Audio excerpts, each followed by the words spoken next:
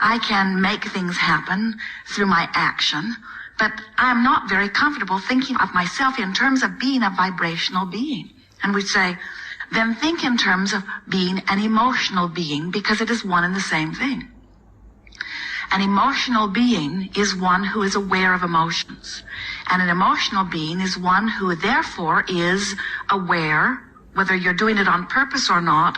When you are aware of your emotions, you are aware at least of vibrational variance. So when you're aware of vibrational variance, at least you know when you're changing the tuner on your dial. You would never set your radio dial for 98.6 and expect to hear what is being broadcast on 101 FM. You understand radio frequencies enough to know that they've got to match up.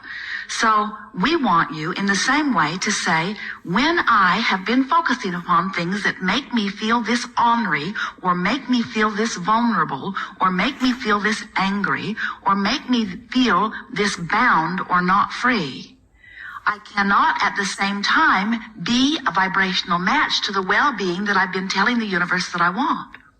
So what happens is, if things are not going for you the way you would like them to, it only means that you're not vibrationally in alignment with your own desire. Your desire is vibrating on one frequency, but your habit of thought is vibrating on another. Now you could say desire is on one frequency and belief is on another. That's one way of saying it. Or you could say, what I want is on one frequency, but what I notice that I have is on another frequency.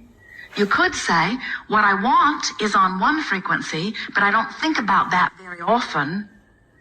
What I think about often, which has become my dominant thought, is different from my desire.